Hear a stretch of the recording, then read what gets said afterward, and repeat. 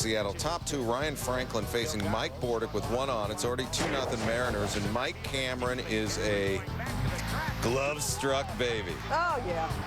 That's worth another look, and Cameron. Great catch out there in center field. Top four, Jays down 5-3. Franklin facing Reed Johnson with two on, and nothing like a good piece of hickory.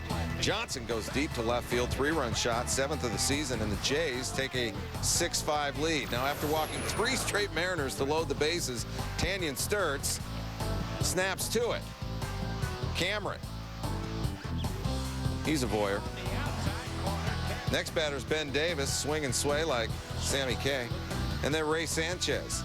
Ladies say he's a looker. Sturtz 3 straight Ks after walking. Let me get a look. Bottom 6, Dan Riker. Facing Ichiro with 2 on. That's a triple.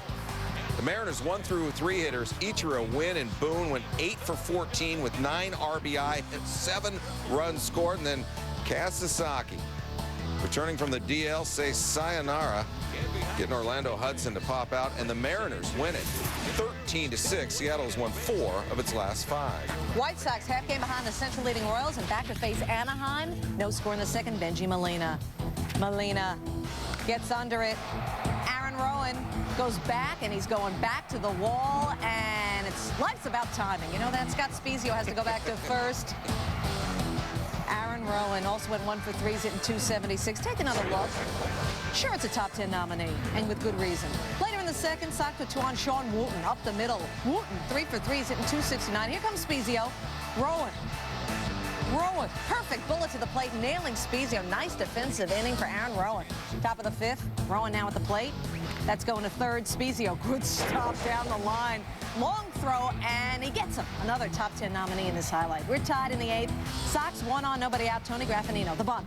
Spezio, the throw to first to get Graffinino. Adam Kennedy gets up and throws to third, where Alfredo Amazaga tagging Jose Valentin for the double play. Tim Salmon got the game-winning RBI double later in that inning. Halos beat the Sox 2-1. In Miami, where the wildcard leading Marlins were hosting the Dodgers. Umpire Hunter Wendelstedt behind the plate Wednesday. Rough night for him on Tuesday. Remember this? He was at first Tuesday, shifted to the plate on this play, and he called Paul Lo Duca, yeah, safe. Oh, it wasn't a good call. Pudge Rodriguez let him know it, and he was thrown out in less than 3 seconds. Back to Wednesday, Wendelstedt having a rough time. Takes 3 foul balls off the body. But he'd be a factor in this highlight and in the game. In the third, Juan Pierre with a man on second. Pierre shaking his tail feather off of Wilson Alvarez. Alex Gonzalez. Play at the plate. He beats the throw from Dave Roberts. That was an easy call. 1-0. Miguel Cabrera laces one. Jeremy Burnitz. Burnitz is going to come up throwing. We have another play at the plate for Wendelstedt, and Burnitz nails Juan Encarnacion. It's still 1-0 Marlins. It's a top 10 nominee. In the 9th, same score, man on first for Paul Lo Duca. Whoa, down the line that goes. That is just fair. Burnitz in action again. And we have another play at the plate involving Burnitz. And safe. We're tied up at 1. Bonus baseball, bottom 11 now. Utility infielder Mike Mordecai and the Marlins. 14 wins in their last at bat, 6 by walk-off home run. Mordecai, go at it. That's to left field. Has history just repeated itself? It has! Mordecai's second homer of the season. Both were game winners. Marlins still on top of the wild card. Mike Piazza back for the first time since May 16th. Before the game, he spoke about bouncing back from the long layoff. 3 months is just like I said. It's like the spring training for me. It's just the timing is gonna be tough. I'm not expecting a lot off the bat, but I have to be patient and also do the best I can to do my job for this team. He also said he was actually nervous to be back. Bottom 1, his first at bat. Uneventful. He hit just 176 in his minor league rehab stint in 5 games. Bottom 3 tied at 1 on for Piazza against Jerome Williams. That was eventful. Number 344 is a catcher. He's now 7 behind Carlton Fisk. Whoa. Top 10 nominee, I would think. Yeah, Piazza's 8th of the year. Mets up by 2. Top 4, Giants down 3. Barry Bonds. 2 homers on Tuesday. How about 1 for 3 on Wednesday? Timo Perez. Now, Barry took his time around first base, I might add, but Timo, that was a great throw. Nice play. Bottom 7, 7-1 Mets. Bags full for Piazza. setting up the drama. There was electricity at Shea Stadium because of this man. 13 hits the Mets pounded out. 3 of them by Piazza. He had 5 RBIs, 9-2 the final. There's electricity in the pod because he was back. San Diego at Atlanta. Mike Hampton has won his last 6 decisions. Top 1, no score. Hampton facing Mark Kotsay. Braves have lost 3 straight, still double figures ahead of the rest of the NL East. Although his glove does it good, Marcus Giles. The great glove there. That's a top 10 nominee. Bottom 3, 2-0 Braves. Kevin Jarvis against Chipper Jones. Second home run in as many games since getting batting advice from his dad. It's 3-0 Braves. Bottom 4, 3-1. 2 on for Gary Sheffield. Drove in 3 runs. He's got a 17-game hitting streak. For Call and Giles score with the deep shot to left center field there. It's 5-1, and then Gary Matthews Jr. facing Hampton. Hampton out of a jam with the bases loaded. 8 innings, 1 run, 3 hits. The Braves win it. Back in Oakland, Mark Mulder 10-1 at home this year with a 1.86 ERA. Red Sox 17-18 against lefties. Top 3, 2-0 A's, bags full, 1 out for Nomar Garciaparra. Mulder all over him. Nomar was 1 for 5. He's hitting .323. 2 out. Next up, Manny Ramirez. Mulder walks him. Mulder walked 3 in this game. It's 2-1 Oakland now. Jackson would score. Kevin Millar up next. Boy, Boston needs a big hit and gets one from Millar, who was 2 for 4, 3 RBI. Boston up 3-2, their first lead of the series. It was 4-2 Boston in the 5th. Bags full, 2 out. Arubio Durazo facing Derek Lowe, 3-0 count, strike 1. Next pitch, Durazo swings through it, and Lowe gets him swinging on the same pitch. 5 innings, Derek Lowe goes, 5 hits allowed, 2 earned runs. 1 on, 1 out in the 7th, Manny Ramirez. Manny, he's built for this. Number 27. And that would be it for Mark Mulder. 6-2 Boston. Next up, Kevin Millar facing Chad Harville. Millar greets him with a blast. Back-to-back jacks by the Sox. Millar's 20th. 7-2 Boston. Manny, are you paying attention? Manny, what do you think about this? Oh, yeah, you love it. Bottom 7, 2 on for Durazo. Scott Sauerbeck gets him. Durazo 0 for 4 with 3 Ks in this game. The Sox, big win. All right, New York at Kansas City. Kevin Appier making his first start in KC since returning to the Royals. And remember, the Angels released him after he couldn't get out of the first against New York last month. Well, he's out of the first Wednesday against Derek Jeter. In the bottom of the first, bases loaded for Mike Sweeney. Jeff Weaver giving up 2 runs there. Not a good day for the Weavers. Brother Jared was the losing pitcher for Team USA in a Pan American baseball game loss to Cuba, and more problems for Weaver. Angel Baroa laying down the bunt. Weaver races in, but it stays fair. It's 4-0 Royals. Top 6, Appier getting Jason Giambi. Appier, 6 innings, 3 hits, 2 Ks. I think Sweeney once with props. Kevin Appier is done, he's going to go down as probably the best starting pitcher to play in a Kansas City Royals uniform. And him coming back from Anaheim, pitching like he did in front of 40,000 people tonight, that's just nail in the coffin for Appier. 11-0 Royals, New York's most lopsided loss of the season. You know, the Yanks have done a good job of beating teams they're supposed to beat, but when it comes to the AL Best, they are struggling. New York has lost its last 4 series against teams with winning records. In 3 of the 4 matchups, the team ERA has been over 7. Jason Giambi went 0 for 4 Wednesday, came in with 6 homers in his last 15 games. Says he knows he needs his sore knee examined, but he wants to wait it out. Hopes it's nothing more serious than tendinitis. David Wells' bad back is expected to cost him his Saturday start at Baltimore. That after a Wednesday exam. Wells left his last start Monday after tossing a season-low 3 innings. But 2 games in back in Florida for the wild card. We got a wild hair to break out the atlas, map out where all the potential wild carders stand and where they were standing on Wednesday. We begin in Pittsburgh. Bucks aren't buried, but are barely breathing. Albert Pujols, heavy breathing.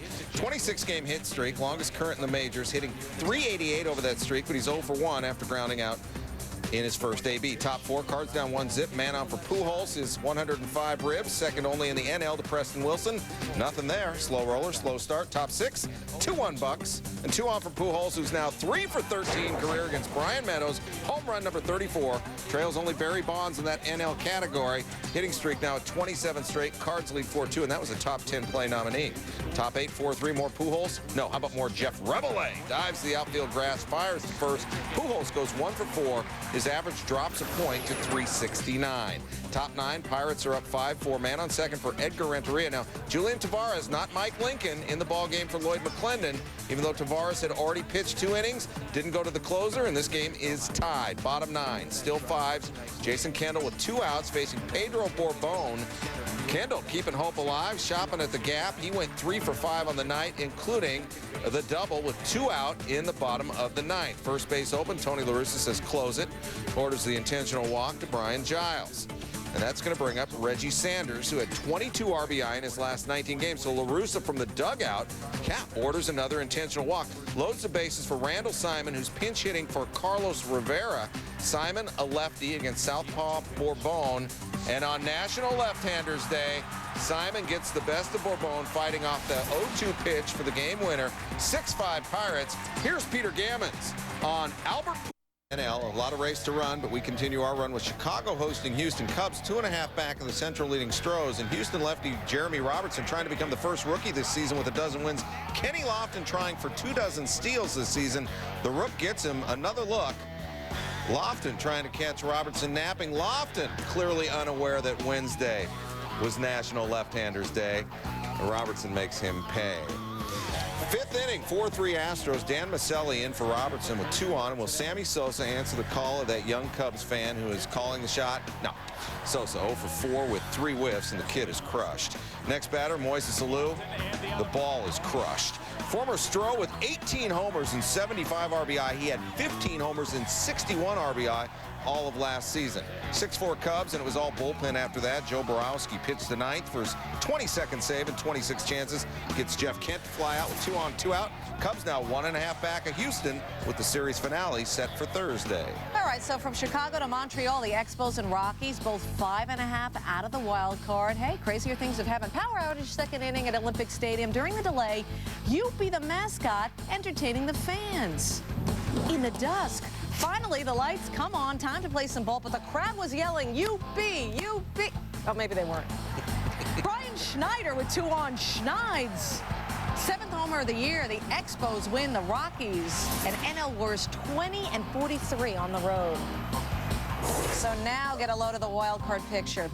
Baltimore at Tampa Bay. Do not think, oh, what a snoozer this must be. It is must-see television courtesy of Lou Piniella. The theatrics are going to come in the top of the 9th after Luis Matos is called safe on that there play. There comes Piniella, and he is peed. Grab the earmuffs as Lou gets the quick heave-ho from Jerry Lane. Get out. Another look at the play. The throw, now it clearly beat Matos, but Travis Lee did go high with the tag. The call goes the O's way, and this is where we have our way with Mr. Piniella, who would not be around to see the O's tie this game at 5 in the 9th. He was busy icing his swollen leg after a 4-minute performance. He said afterwards that that hat was begging to be kicked. Good kick. Good. We thought it'd be swell to flash back to Pinella's top 5 tirades. At number 5, while piloting Seattle, Piniella forgets to keep his cool and remember that anger is not an argument. The dirt and the umpires had no comment. At number 4, Piniella goes purple while managing the Reds. First the hat goes, and then goes on a mission to capture home plate. Settles for kicking dirt on it, and again, the dirt had no comment. At number 3, back in the Great Northwest, Piniella auditions for a place-kicking job with the Seahawks. Looks like a Micah Meyer or maybe a Gogolak. I think they were from Washington State. And there, he might have a job. And this right here, that's the last time that Junior smiled. At number 2, still in Seattle, and as Mark Twain said, when angry, count 4. When very angry, swear. And when very, very angry, slam the lid, kick the lid, and then toss the bag a couple times. At number 1 in our Lou Piniella tirades, as voted on by the fellow who cut this highlight, back in a Reds uniform, Piniella looks like he's auditioning for the U.S. Olympic discus team with that first throw. And that one there, bottom 10. Let's get back to Wednesday. Give Piniella reason to smile. Travis Lee, liner. Rocco Baldelli was down in that Dell's Lemonade before the game, and it shows. He's flying from first. D-Rays win at 6-5, and let's go from the hot-headed Piniella to the Budweiser hot seat. Here's Matt Weiner with Dontrell Willis. Indians, Twins. 1 out, 1 on, no score, bottom on, Doug Minkiewicz. 0 for 5. This one, he grounds to John McDonald. 4-6-3 double play and a top 10 nominee, inning over. Bottom 8, no score. Yes, no score in the 8th. Bases loaded, 2 out. Rafael Betancourt gets Corey Koski to ground out. Koski did go 1 for 5 in this game, but the Twins left them loaded. Bottom 10 still scoreless. Terry Mulholland gets Minkiewicz to ground into another double play. The Twins still cannot score. They had just 8 hits in the game. Now the fans are getting restless. I say they're getting restless, and it's past this kid's bedtime. I didn't mean to wake you. This fan's keeping score. Not enough boxes. Still scoreless in the 14th. Ryan Ludwig, 2 homers on Tuesday. There he singles up the gut. Casey Blake would score the game winner for Cleveland. The Twins, with a loss, drop 3.5 back of the Royals for first of the Marlins. 29-year-old rookie John Bale on the hill for the struggling Reds on Wednesday. The Reds struggling. I mentioned that. They've lost 7 of the last 8, but their pitching has been good. Team ERA 3.20 in those 8 games. Reds are scoring, though, just 2.3 runs per game. Top of the first, 2 outs. Bale facing Luis Gonzalez. Not an easy task, but gets him. Top of the second, Junior Spivey. Not a chance. Top of the fourth, Bale gets Shea Hillenbrand as well to retire the side. Bale, 6 innings, 3 hits allowed. He lowers his ERA to 0.71 in 3 appearances.